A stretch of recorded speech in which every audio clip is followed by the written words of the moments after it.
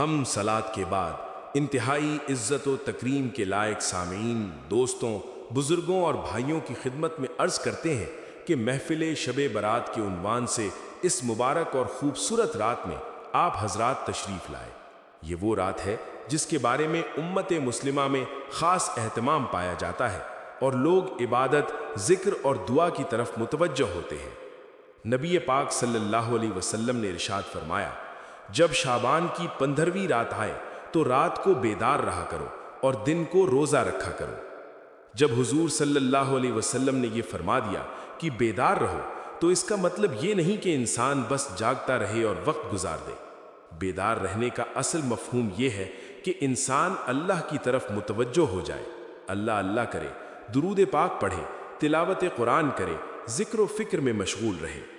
یہ رات اس لیے عطا کی گئی ہے کہ اللہ تعالیٰ نے اپنی رحمت کے دروازے کھول دیے ہیں، تو ایسی بات کی جائے، ایسا سوچا جائے، ایسا ذکر کیا جائے کہ انسان کا دل نرم ہو جائے اور وہ اپنے رب کی طرف جھک جائے۔ دوستو، قرآن مجید میں اللہ تعالیٰ نے فرمایا، اے ایمان والو، اللہ سے ڈرو اور اتنا ڈرو جتنا ڈرنے کا حق ہے۔ اللہ تعالیٰ فرما رہے ہیں کہ ڈرو، لیکن ایسا ڈرو جیسے ڈرنے کا حق ہوتا ہے، یعنی جس طرح تم دنیا میں کسی سے ڈرتے ہو اور اس ڈر کو سنجیدگی سے لیتے ہو، اسی طرح اللہ سے بھی ڈرو۔ ہم میں سے بہت سے لوگ دنیا میں مختلف چیزوں سے ڈرتے ہیں۔ جب ہم کسی سے ڈرتے ہیں تو ہمیں احساس ہوتا ہے کہ اگر یہ ناراض ہو گیا، اگر یہ پکڑ میں آ گیا تو نقصان ہو جائے گا، اسی لیے ہم وہ کام نہیں کرتے جس سے سامنے والا ناراض ہو۔ جو لوگ قانون سے ڈرتے ہیں وہ اشارہ نہیں توڑتے، کچھ بھی ہو جائے وہ رک جاتے ہیں، کیونکہ انہیں معلوم ہے کہ اگر اشارہ توڑا تو مسئلہ بن جائے گا۔ اور جہاں انہیں لگتا ہے کہ کوئی پوچھنے والا نہیں، وہاں ہم نے دیکھا ہے کہ لوگ اشارہ توڑ دیتے ہیں۔ اللہ تعالیٰ نے موقع دیا تو حرمین شریفین میں حاضری نصیب ہوئی۔ وہاں ایک سڑک ہے جسے دائرہ روڈ کہتے ہیں۔ اس روڈ پر پیدل چلنے کی اجازت نہیں۔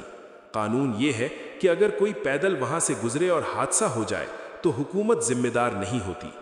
وہاں ہم نے دیکھا کہ لوگ اس سڑک پر پیر تک نہیں رکھتے، کہتے ہیں اگر مر گئے تو کچھ نہیں بنے گا۔ یہ سب کیا ہے؟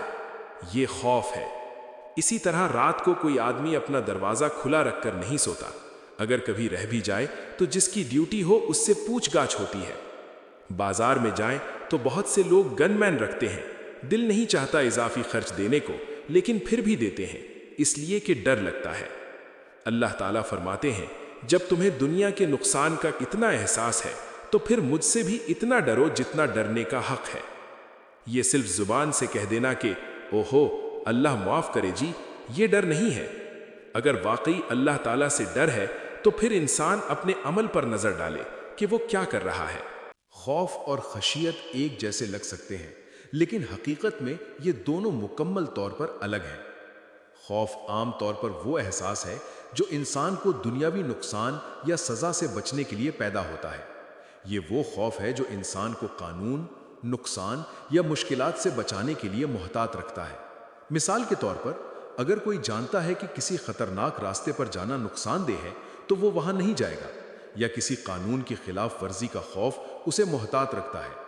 یہ دنیاوی خوف ہے اور زیادہ تر صرف جسمانی یا مالی نقصان سے متعلق ہوتا ہے، لیکن خشیت اللہ کے معاملے میں اس سے کہیں بلند اور نفیس ہے۔ خشیت وہ احساس ہے جو انسان کے دل میں پیدا ہوتا ہے جب وہ اللہ کی عظمت، قدرت اور رحمت کو پہچانتا ہے۔ یہ صرف ڈر نہیں بلکہ دل کی گہرائی سے پیدا ہونے والا احترام اور عاجزی ہے جو انسان کو نیکی کی طرف راغب کرتا ہے اور گناہوں سے بچاتا ہے۔ خشیت دل کی حفاظت کرتی ہے اور ہر لمحے انسان کو یاد دلاتی ہے کہ اللہ ہر چیز پر قادر ہے اور اس کے علم اور مشیت کے سامنے ہر کوئی عاجز ہے۔ یہی وجہ ہے کہ بزرگان دین اور اولیاء اللہ کا طرز عمل ہمیشہ خشیت سے متاثر ہوتا تھا۔ حضرت علی کرم اللہ وجہہ فرماتے ہیں کہ خشیت اللہ دل میں ڈال دے تو دل کے ہر گوشے کی صفائی کر دے۔ اسی خشیت کی وجہ سے وہ ہر عمل میں عاجزی اور اخلاص رکھتے تھے، ہر دعا میں دل کا تسلیم اور لگن ہوتی تھی۔ یہ خشیت ان کے اعمال میں روشنی پیدا کرتی تھی اور ہر قدم پر اللہ کی رضا کو سامنے رکھتی تھی۔ دعا بھی اسی خشیت اور عاجزی کا مظہر ہے۔ دعا صرف الفاظ نہیں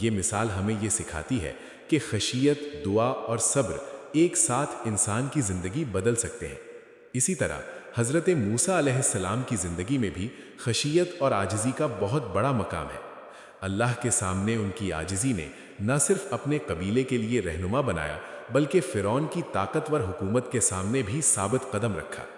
خشیت اور دعا کی یہ طاقت انہیں اللہ کے قریب لے گئی اور اللہ نے ان کے لیے راہیں کھول دی جو انسانی عقل سے بالا تر تھیں۔ شب برات میں یہ موقع انسان کو یہ بھی سکھاتا ہے کہ وہ اپنی زندگی میں اولویتیں درست کرے، دنیاوی فانی خواہشات کے پیچھے دوڑنے کے بجائے دل کی روحانی ترقی پر توجہ دے، اللہ کی رحمت اور قربت حاصل کرنے کے لیے ہر لمحہ ضائع نہ کرے۔ اس رات کی عبادت انسان کے دل کو نرم کرتی ہے، اسے گناہوں سے بچاتی ہے اور نیکی اور صدقہ و خیرات کی طرف راغب کرتی ہے۔ ایک اور اہم سبق یہ ہے کہ خشیت انسان کو اپنے اعمال میں تسلسل پیدا کرنے کی تعلیم دیتی ہے۔ عبادت اور نیکی صرف وقتی نہیں ہونی چاہیے بلکہ ہر دن کی زندگی میں یہ ایک عادت بن جائے۔ حضرت ابراہیم علیہ السلام کی زندگی میں بھی یہ بات نمایاں ہے کہ وہ ہر قدم پر اللہ کی رضا کو مد نظر رکھتے تھے۔ ہر عمل میں خشیت اور عاجزی شامل ہوتی تھی۔ یہی انسان کی زندگی کو اللہ کے نزدیک قابل قبول بناتا ہے۔ آخری نقطہ یہ ہے کہ شب برات ہمیں یہ یاد دلاتی ہے کہ رحمت اور مغفرت کی راہیں ہمیشہ کھلی ہیں، بشرطے کہ انسان خشیت، عاجزی اور خلوص کے ساتھ اللہ کے حضور جھکے۔ یہ رات ایک موقع ہے کہ ہم اپنے دل کو صاف کریں، اپنے اعمال کی اصلاح کریں اور اللہ کی رضا کے لیے اپنی زندگی کو وقف کریں۔ اس رات کی عبادت اور دعا انسان کی روحانی طاقت کو بڑھاتی ہے، دل کو سکون بخشتی ہے اور آخرت کے لیے تیاری کا بہترین ذریعہ ہے۔ شب برات کی رات کا اختتام انسان کے لیے ایک خاص سبق چھوڑتا ہے کہ اللہ کی قربت اور رحمت ہمیشہ حاصل کی جا سکتی ہے اگر انسان سچائی، خشیت اور عاجزی کے ساتھ اس کی طرف رجوع کرے۔ یہ رات ہمیں یہ یاد دلاتی ہے کہ زندگی میں اصل کامیابی دنیاوی اموال یا مرتبے میں نہیں بلکہ اللہ کی رضا اور دل کی سکون میں ہے۔ یہ بھی سچ ہے کہ ہر انسان کے دل میں خوف اور امید دونوں موجود ہوتے ہیں۔ شب برات کی عبادت انسان کو یہ سکھاتی ہے کہ خوف کو مثبت انداز میں استعمال کرے اور امید کے ساتھ اللہ کی رحمت پر بھروسہ رکھے۔ خوف اسے گناہوں سے روکتا ہے اور امید اسے نیک اعمال کرنے کی ہمت دیتی ہے۔ یہی توازن دل کو مضبوط اور روح کو پاکیزہ بناتا ہے۔ یہ رات انسان کو اپنے اعمال کا جائزہ لینے کا موقع بھی دیتی ہے۔ وہ سوچتا ہے، کہاں میں نے غلطی کی، کہاں میں نے نیکی کی، کہاں میری نیت صاف تھی اور کہاں دھوکہ شامل تھا۔ یہ خود احتسابی انسان کی شخصیت کو سنوارتا ہے اور دل کی بیماریوں کو دور کرتا ہے۔ حضرت محمد صلی اللہ علیہ وسلم کی تعلیمات میں بھی شب برات کی اہمیت واضح ہے۔ آپ صلی اللہ علیہ وسلم نے ہمیں بتایا کہ اللہ اس رات گناہوں کی معافی اور رحمت نازل کرتا ہے۔ یہ ہمارے لیے موقع ہے کہ ہم اپنی زندگی کی اصلاح کریں، اپنے دل کی صفائی کریں اور اللہ کے قریب ہو جائیں۔ دعا، توبہ، صدقہ اور نیکی کے عمل اس رات کی اہمیت کو بڑھا دیتے ہیں۔ شب برات انسان کو یہ بھی سکھاتی ہے کہ زندگی میں آخرت کو مد نظر رکھے۔ دنیا کی محبت اور خواہشات عارضی ہیں، لیکن اللہ کی رضا اور آخرت کی خوشی ہمیشہ باقی رہتی ہے۔ یہی وہ تعلیم ہے جو ہر انسان کو اپنی زندگی میں اولویتیں درست کرنے کی ہدایت دیتی ہے۔ آخر میں یہ کہنا بجا ہے کہ شب برات کی عبادت اور خشیت دل کو سکون بخشتی ہے، روح کو تقویت دیتی ہے اور انسان کو زندگی کے ہر لمحے اللہ کے قربت کے لیے متوجہ کرتی ہے۔ یہ رات ایک موقع ہے کہ ہم اپنے دل کی گہرائیوں میں جھانکیں، اپنی نیتوں اور اعمال کی اصلاح کریں اور اللہ کی رحمت اور مغفرت کے دروازے پر پہنچیں۔ ان تمام حصوں کا مقصد یہی ہے کہ انسان زندگی میں خشیت، دعا اور صبر کو اپنائے، اپنی روحانی طاقت بڑھائے اور ہر لمحے اللہ کی رضا کے لیے جیتا رہے۔ یہی شب برات کی اصل روح ہے اور یہی وہ سبق ہے جو ہر انسان کے دل اور دماغ پر دیر پا اثر چھوڑتا ہے۔